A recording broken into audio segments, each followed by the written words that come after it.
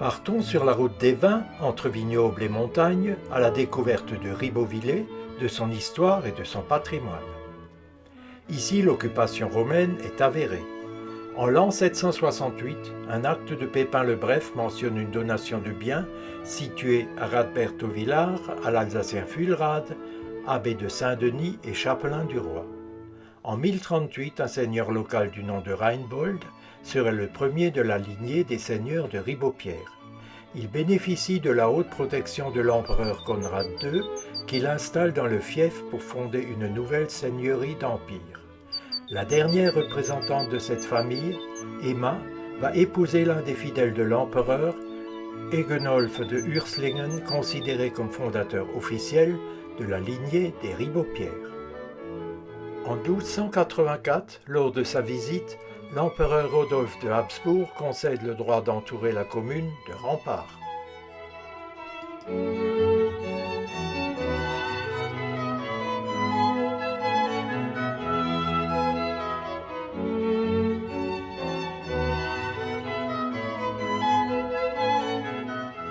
À l'entrée de la Grande Rue, l'on trouve l'ancien bâtiment de l'octroi, où les taxes sur le commerce étaient prélevées lors de l'entrée ou de la sortie de la ville basse, ainsi qu'une fontaine ornée d'une statue de vigneron, rappelant l'histoire viticole de la ville.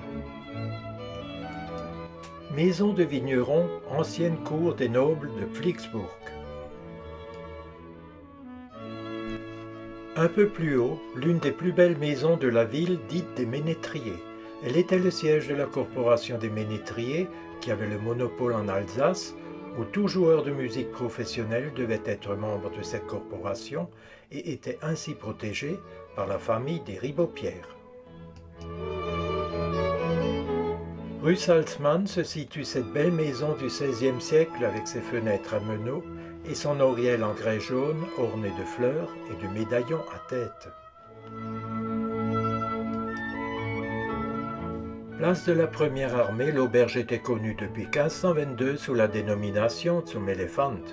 Le 19 mars 1670, André Beiser, lieutenant du roi des Ménétriers, fit l'acquisition de l'auberge. Il fut nommé gourmet et administrateur du château seigneurial, puis Pfifferkönig, roi des Ménétriers. Fontaine de 1559, toujours appréciée. L'ancienne maison de la Dîme, ou à l'oblé du XVe siècle, a conservé ses beaux porches gothiques. La chapelle Sainte-Catherine, édifiée au XVe siècle dans un style gothique, faisait partie d'un hôpital cité dès 1342. Une première chapelle était existante en 1362 et servit de lieu de sépulture aux Ribeaupierre. L'on observe leurs armes sur la belle clé de voûte ogivale du chœur.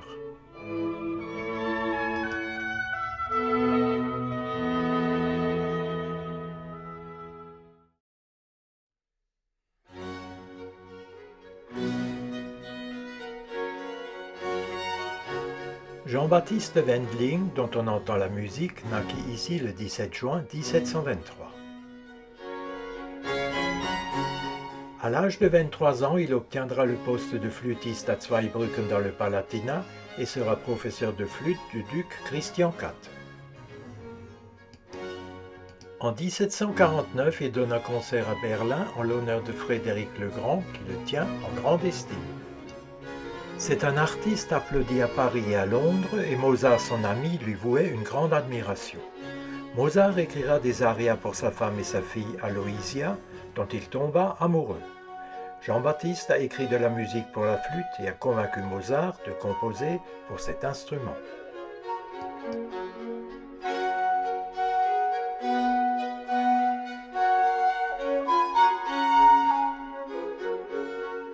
Maison du XIVe siècle.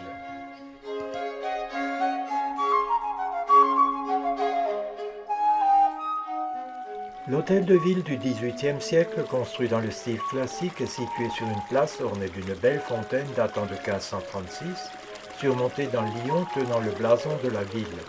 4 bas-reliefs représentent des anges portant divers insignes.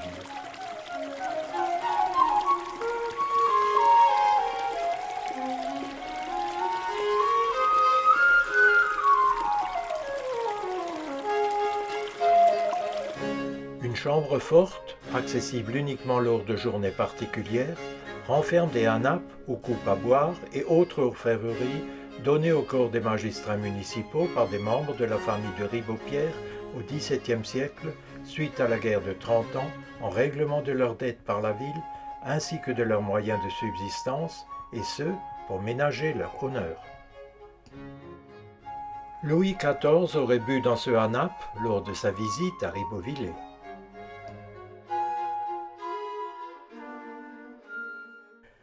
De l'autre côté de la place, on découvre l'ancienne église du couvent des Augustins du XIVe siècle. L'église est typique des ordres mendiants, simple, sans transept, avec un petit clocheton. Beau portail du XIVe siècle décoré au centre d'une Vierge à l'enfant.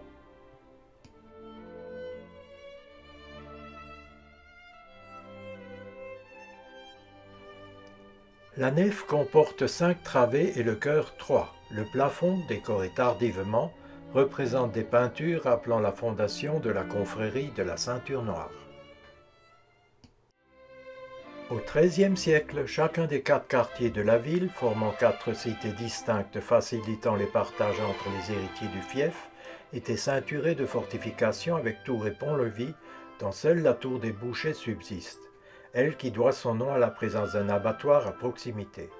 La tour servait de beffroi, mais aussi de prison.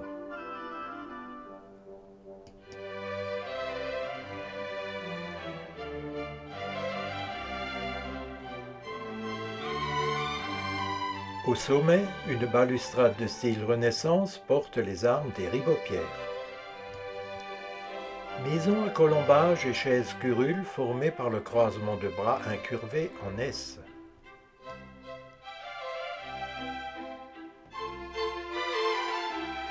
La place de la Cine était entourée de belles demeures à colombage, dont l'une était le rendez-vous des ménétriers, l'auberge du Soleil, et l'autre un relais de poste, l'auberge du Mouton.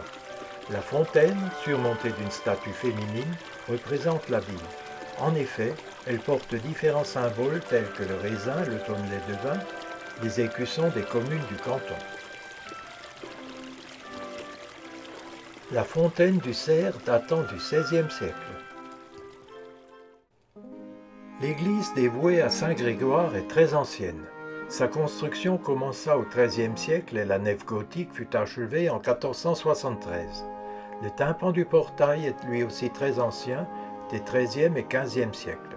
Les belles ferrures du portail datent du XIVe.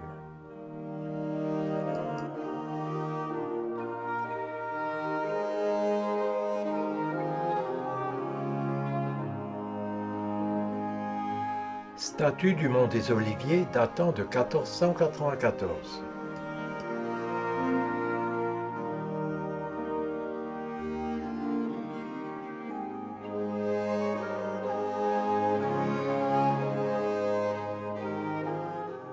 On peut y admirer la très belle Vierge à l'enfant de Dusenbach, en bois polychrome de 1480, qui porte une ancienne coiffe alsacienne, dont c'est la première représentation connue. La statue est entourée de panneaux du XVIIIe siècle représentant l'Annonciation et l'adoration des bergers.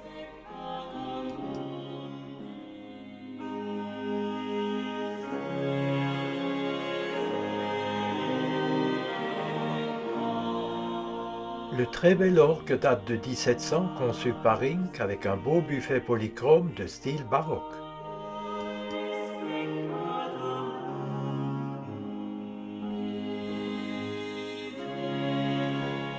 Dans ce vieux cimetière sont enterrés la plupart des prêtres en charge de la paroisse de Ribeauvillé.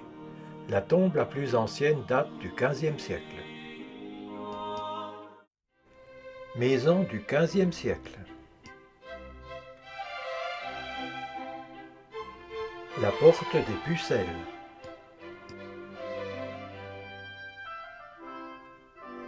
Maison de vigneron de 1596.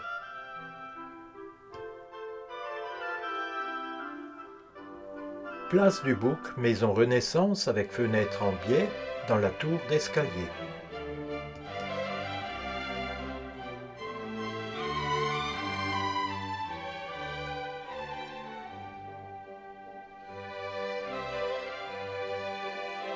La place de la République est ornée d'une fontaine Renaissance datant de 1576, surmontée d'un lion, portant les armes de Huguenot de Ribeaupierre et de sa femme Marie Berpart.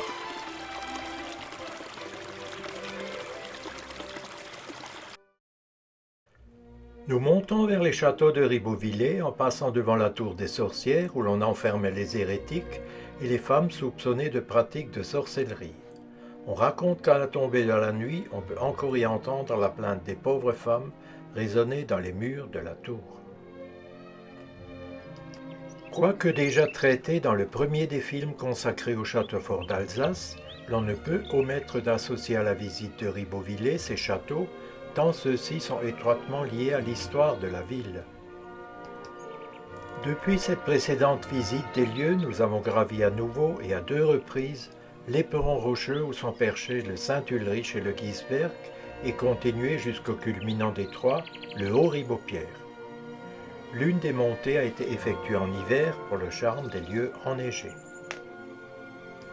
Rappelons qu'en 1084, l'évêque de Bâle Burkhard de Fénis reçoit un fortin de l'empereur du Saint-Empire Henri IV après avoir assisté à son couronnement.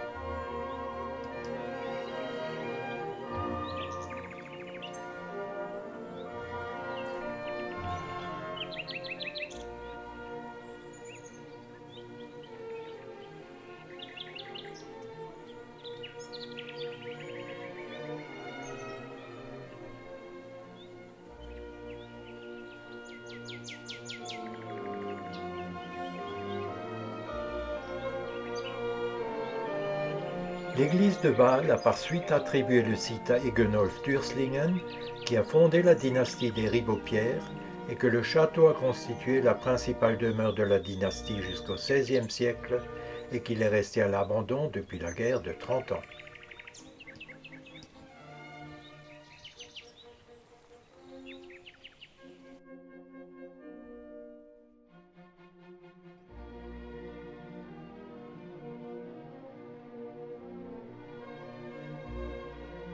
Le Giesberg.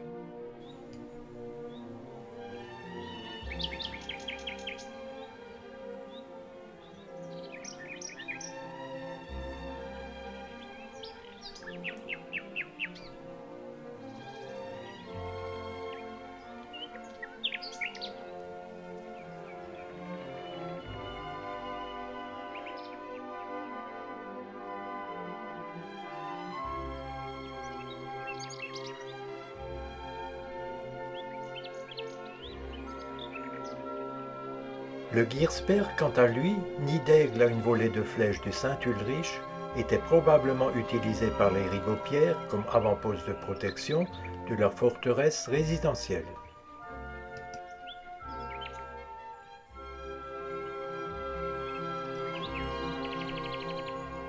Montée vers le Haut-Ribeaupierre.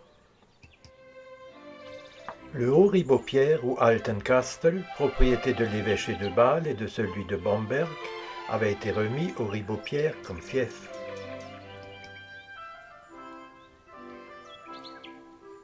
En 1477, lors de sa guerre contre Charles le Téméraire, Guillaume de Ribeaupierre enferme dans les lieux Philippe de Croÿ, comte de Chimay, chevalier de la Toison d'Or, qu'il a capturé à la bataille de Nancy et auquel il demande forte rançon.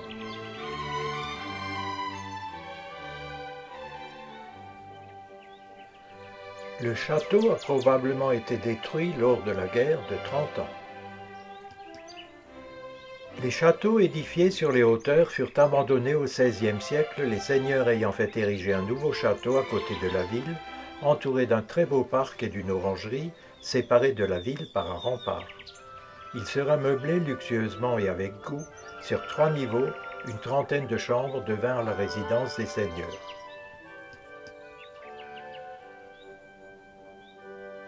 Lors de la Révolution, le château du Bas fut confisqué, les trésors de l'ameublement dilapidés, et il servit de prison puis d'hospice. Ce château, où Louis XIV et Stanislas Lesinski furent accueillis et résidèrent, est devenu le lycée de Ribeauvillé. Quelques mots sur les Rapolstein ou Ribaupierre. Ceux-ci régnèrent sur leur fief de 1160 à 1673 et s'affirmèrent progressivement comme l'une des premières puissances d'Alsace et leur principauté compte des bailliages d'importance. Ils sont proches des Hohenstaufen puis des Habsbourg, ils sont liés à la maison de Lorraine, à celle de Bourgogne et à celle d'Autriche. Ils sont proches des rois de France et amis de Louis XV et de la Pompadour.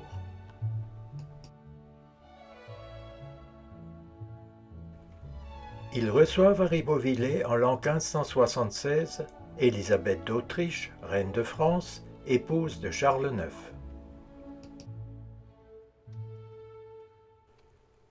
Le 1er septembre 1673 sera accueilli le roi Louis XIV, accompagné de la marquise de Montespan.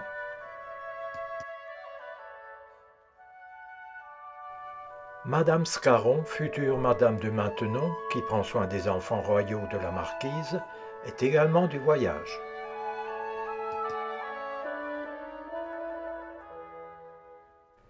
Mademoiselle de Montpensier, dite la Grande Mademoiselle, cousine du roi Louis XIV, fera état de sa visite à Ribeauvillé dans ses mémoires.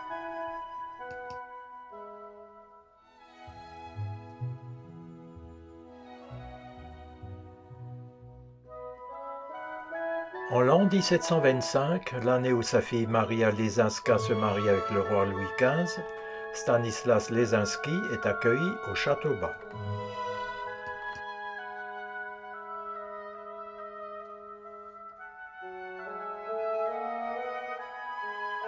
Parmi les autres personnalités liées à Ribeauvillé, je n'en citerai que 3, mais d'importance. Christian II de Birkenfeld-Bischweiler, duc de Deux-Ponts, a épousé en 1667 la comtesse Catherine Agathe de Ribeaupierre et entra en possession du comté de Ribeaupierre par la grâce de Louis XIV, car il était l'un des 2 gendres du dernier comte, l'autre étant écarté. Le comte palatin de Deux-Ponts-Birkenfeld et comte de Rapolstein, Frédéric Michel, est né au château bas de Ribeauvillé le 27 février 1724. Le dernier comte de Ribeaupierre, Maximilien de Wittelsbach, ou de Deux-Ponts-Birkenfeld-Bischwiller, surnommé le prince Max, en 1806 est fait roi de Bavière par Napoléon et sera fondateur de la dynastie royale des Wittelsbach.